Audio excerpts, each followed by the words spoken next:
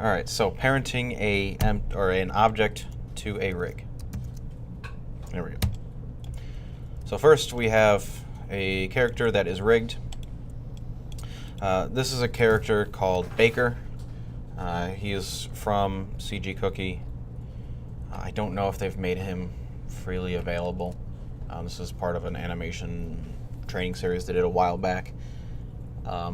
This is Baker 1.0. They have since upgraded and revised Baker, who now, I believe this is the new Baker. I think that's what they call him. I know they upgraded him, and I think that's the new version. It's really neither here nor there. But point is, we have a character who is rigged. I can move him around in all sorts of different ways. Okay, I can rotate different parts. This toe up. He's actually got a face rig as well, but what we really want to worry about is an object. So first we need an object, and I'm just going to do a very simple, let's jump into object mode. We just need a simple object. I'm going to use a torus, and I'm going to hit F6 and turn the major segments down to 24 and adjust the radius a little bit.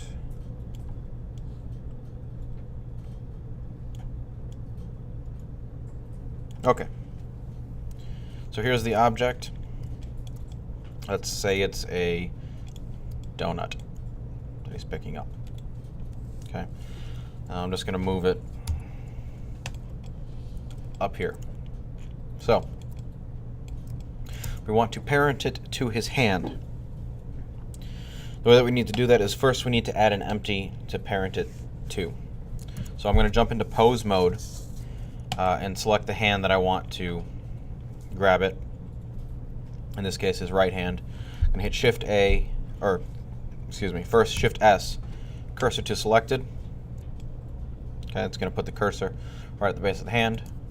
And then Shift A, add, oh, I can't do this in pose mode. Go back to object mode. Now Shift A, add an empty. Empty plane axis. Okay. I'm also going to name the empty. I'm going to call it donut target, and I'm going to call this donut. Okay. So I've got an empty called donut target, and I have a donut. Your mileage may vary with object names. I'm going to select the empty, and I'm going to parent the empty to the hand bone. Okay, so I'm going to select the empty in the object properties panel, which is this cube. I've got relations. I can just choose the bone. I'm not going to be able to choose the bone right away. I actually have to choose the rig first. And in this case, what is that? I haven't used this file in a while. What is the rig called? It's called Baker rig. Okay. So select the empty, parent, actually I should start typing Baker. There it is, Baker rig. Once I choose that, set the parent type to bone, and then I'm going to have an option to actually select which bone it is. And it should be, let's see, just keep scrolling, hand.r. There it is. Okay. So now the empty is parented to the bone. And we've got this offset going on, which we don't want. So I'm going to select the empty and hit Alt-G to clear the location and Alt-R to clear the rotation, and it pops it back where it needs to be. And I'm going to move it around just a touch so that's kind of on his palm. Right about there, I think. Looks good. Okay. Now I've got this donut, and I need to make the donut follow this empty. The way that I'm going to do that is with a constraint. So the constraints properties is this little chain link icon. select that, add object constraint, and I'm going to choose copy transforms. And once that comes up, it's red because it needs a target. So I'm going to choose, click on target, and I'm going to start typing donut. Oops, if I can type, there it is. Donut, and choose donut target. And boom, it snaps right to the hand. Now what I can do is, with the donut selected, go tab to go into edit mode. And actually, I don't even have to do that. I can just select the empty, and I can kind of rotate the empty around. If I just double tap R, and kind of get it positioned how I want it. Okay. And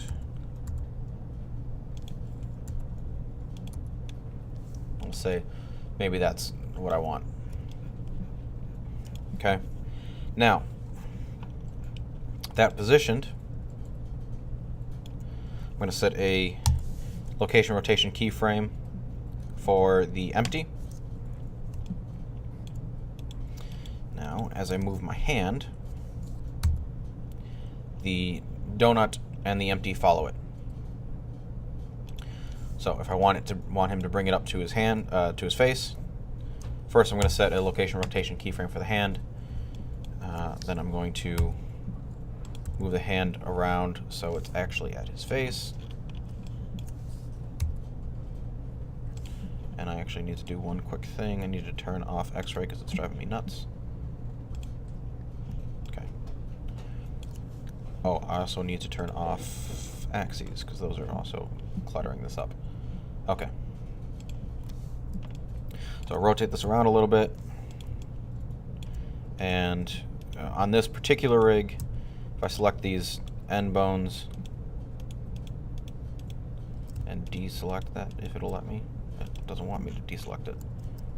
Select the end bones. I can scale those down. Nope, never mind. I thought that's how this curled his hands. But I guess not. So I'm not going to worry about it. Whoa, I've got a lot of keyframes going on here. Yeah. Like I said, I haven't worked in this file in a while, so I'm going to jump into my dope sheet real quick and just select all of that and delete all of those keyframes. Okay. The keyframes are deleted. Now I can go to frame 1. I'm going to actually clear the rotation and the location and set my initial keyframe there. And do the same thing for my empty eye, location, rotation. Now I can jump ahead to frame 20 or so. What is going on with all these keyframes?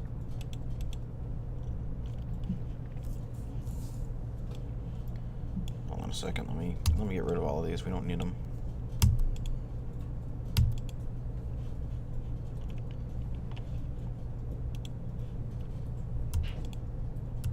Doesn't want to get rid of them, and I don't know why. All right. Then never mind. I will ignore that. But now I can go to frame 20, move the hand around how I want it.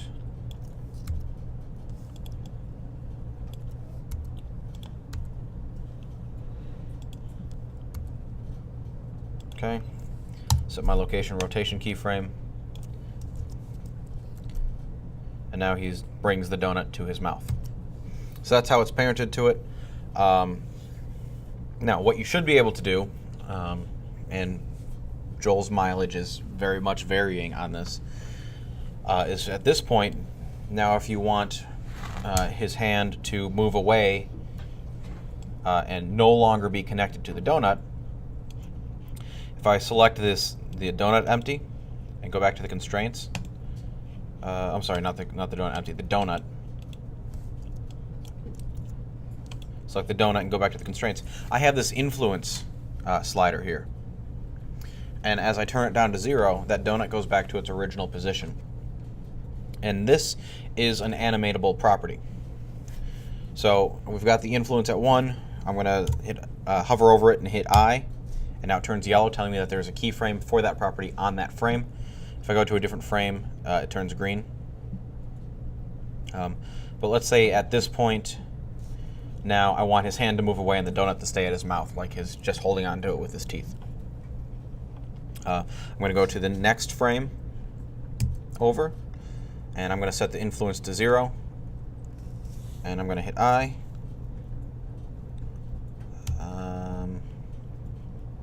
Go back 1 frame, and I want to set a location keyframe and a rotation keyframe. Let's see, I think I did that backwards. Hold on a second.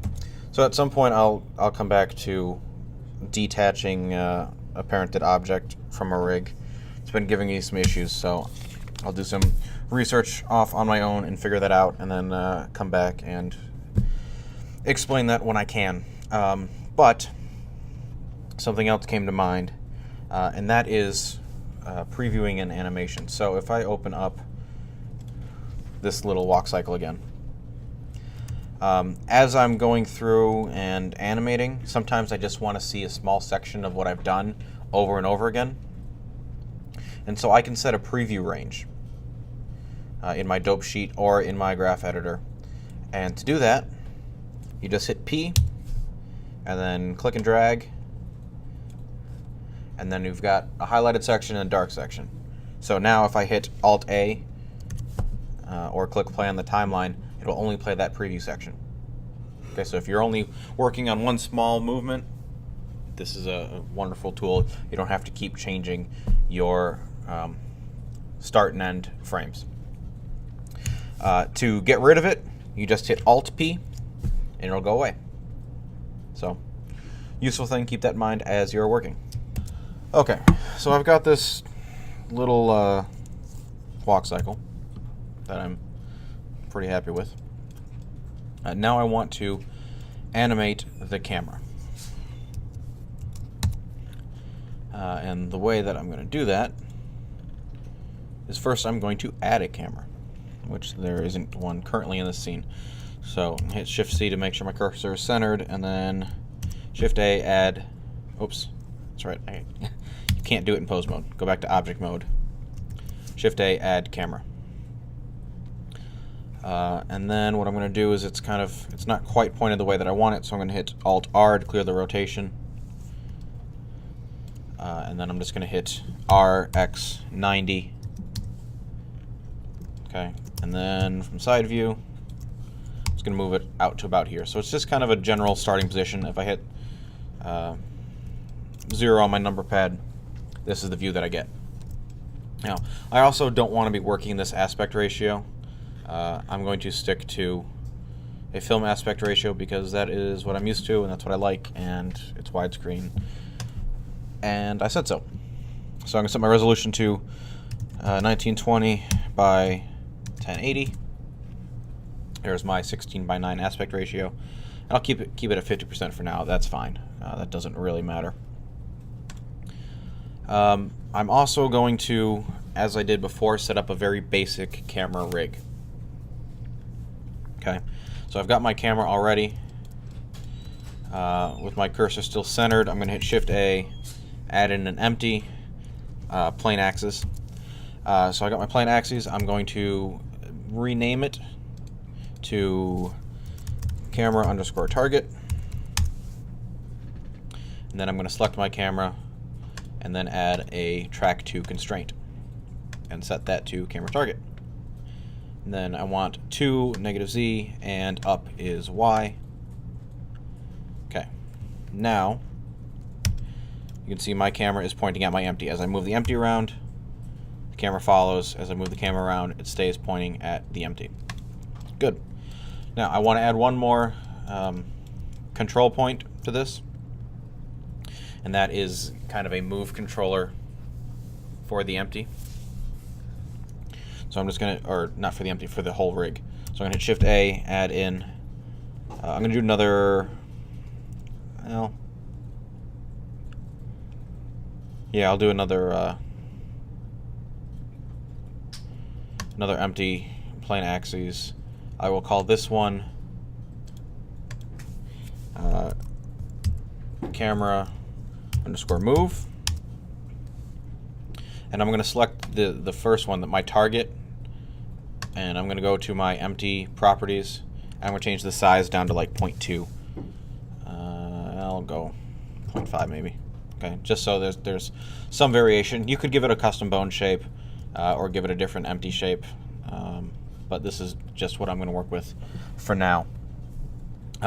So we've got our camera move controller, which I did not spell properly. And now I need to parent the camera to it and the camera target. So I'm going to select them all. I'm going to select the move last and hit Control P and set parent to object keep transform. And that's all I need to do. So now I've got my move controller. As I move that, everything moves. I've got my camera target, which I can move around, and then I have my camera. Okay, so very simple controls, but gives me most of the flexibility that I need. So the first thing that I want to do is I'll tell you the goal or the end goal of this animation. And what it's going to be is I want the camera to kind of start on the side, maybe from behind him, fly up past him, okay? And then as it comes past him, I want it to slow down, go into kind of bullet time, and then once it gets all the way over, once it gets all the way over to this side here, then it will zoom out at normal speed. So that's the goal. So the first thing that I'm going to do is I'm going to set my target. And this is a fairly simple animation where I don't have to move the move controller all that much, or really at all. And I can leave my target where the camera is aiming in the same spot, which in this case is going to be right on this guy's face. So we'll call it right about there. That's where it'll be pointing. Yeah, that'll work. Okay. So now what I want to do is move this camera to my starting point. Go to frame 1, move it to my starting point. And let's see. I'm actually going to rotate the move controller to do this. Move it to like there. I'm also going to select my camera and change the focal length to 50. Yeah, I like that better. And I'm going to move the target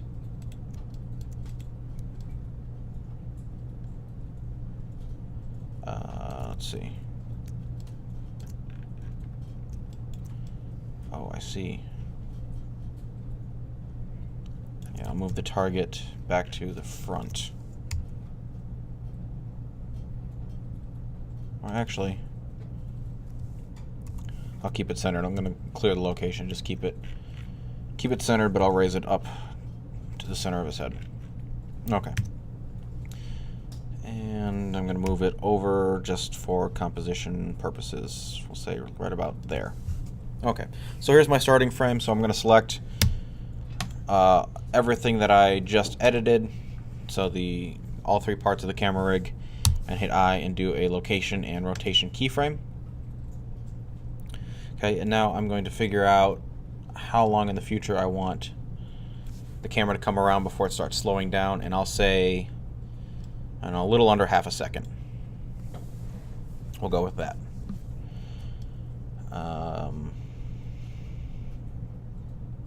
Yeah, a little under half a second.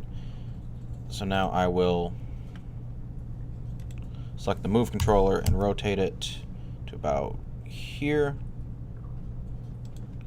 Set my target to about there, and I'm also going to move the camera in closer. When you have the camera selected, if you just want to move it in closer, dolly in, hit G and then double tap Z. It'll move it along the normal Z axis, which is effectively a zoom in. Okay, so I've got that framed up for my second composition. I'll select all three components again and hit I, location and rotation. So now if I go back to 1, here's my move so far. And it only takes about half a second. Okay. Okay, so now I want to kind of do the bullet time portion of this. And really all bullet time is super slow motion. So in animation, if you want something to go slower, you want more frames in between. If you want it to go faster, you need fewer frames. Not keyframes, but actual frames. So now what I'm going to do is I'm going to move forward like, we'll say maybe 3 seconds. So that's going to be, oh, math. 72. Thank you. Somebody is willing to do the math that I was not willing to do. It's been a long day. Okay, so I'll go to frame 72. 82 because we're starting on frame 10. Yes. 82. We might retime this later, but I'll go considerably further out, and now I'm going to get my new composition. So I will rotate my, whoops, that is not what I wanted to have selected. Yeah, it is. R and Z, there we go. I just want to kind of come across his face a little bit, like there. And I'm going to move my target out to about there. Let's see, I also want to move it forward a little bit.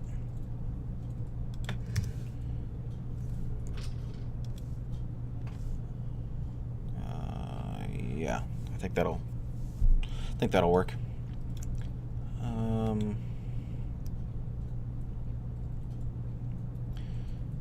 And let's see, do I want to zoom in at all? No, I think it'll be all right there. Okay, so now I'll select, whoops, select my 3 components again, I, location, rotation, and then I want it to pull out at kind of fast speed. So I'm gonna go, let's go to like frame 96, I think. Not 98. And now I'm going to select my camera and G, double tap Z again, so I'm zooming out now, or not zooming out, dollying out. There is a difference there. Dolly out to, we'll say about here. And I'm going to move my target over again to recompose. And actually I want to do just a subtle rotation a little bit further away. Okay. And I, and location rotation. So now, if I play this back, let's get rid of that, zoom in a bit, Alt A. Oh, I need to set my end frame. So my end frame is going to be at 98. Timeline 98. Okay. Actually, one other thing that I'm going to do, just to kind of flesh out the scene a little bit further,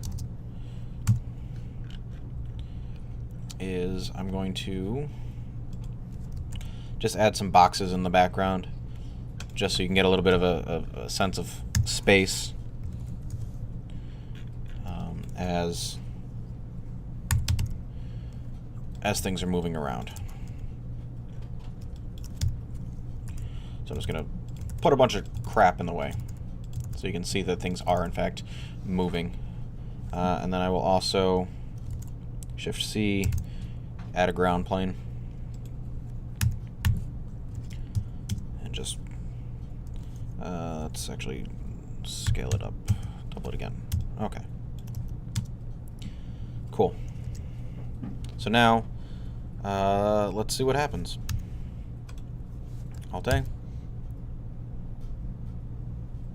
And the walk cycle stops, so obviously you'd want to continue that, which I could actually do fairly quickly now that I think about it. Select this guy. Let's see what is going on here. There we go. Oops. Let's deselect everything. Just select the rig. Go to pose mode. There we go.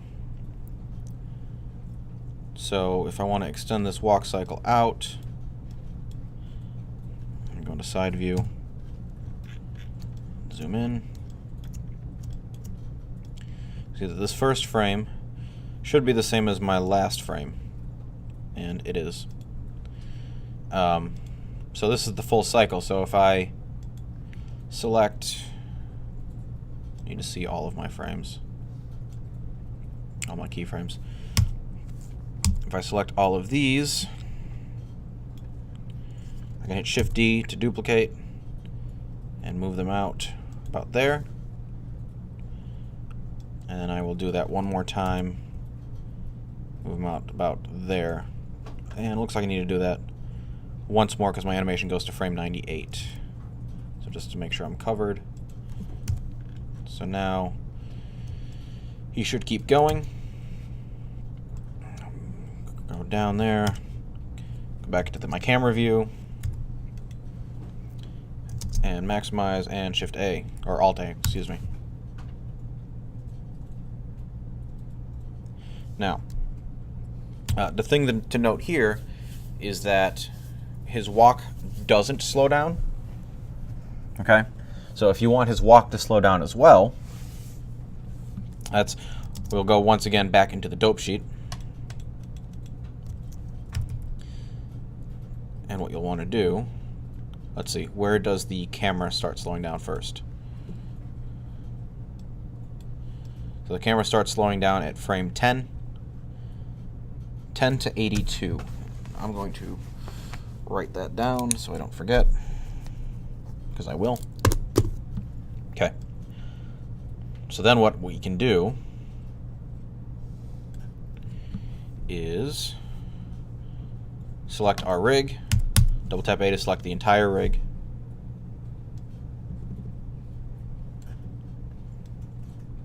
I'm going to go to frame 10. And I'm going to box select.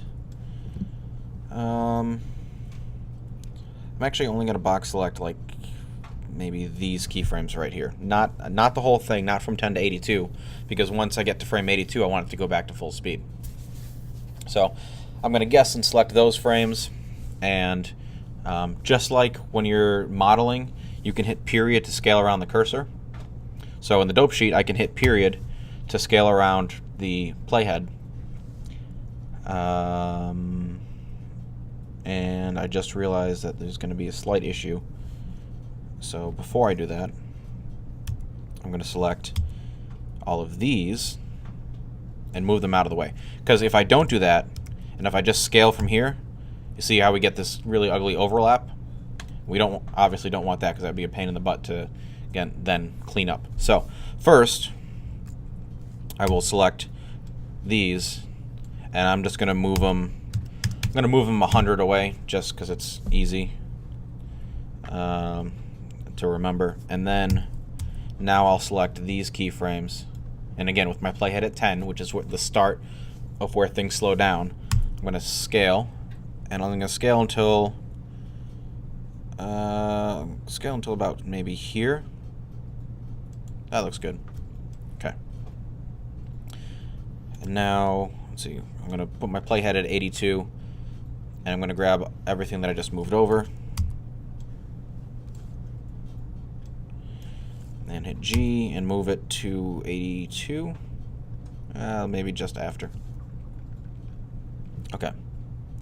So now, assuming I did this right, which, you know, maybe I didn't, this should work. Go back to frame 1, Alt A, and it does. So that's that can add some nice dynamic motion to your animations.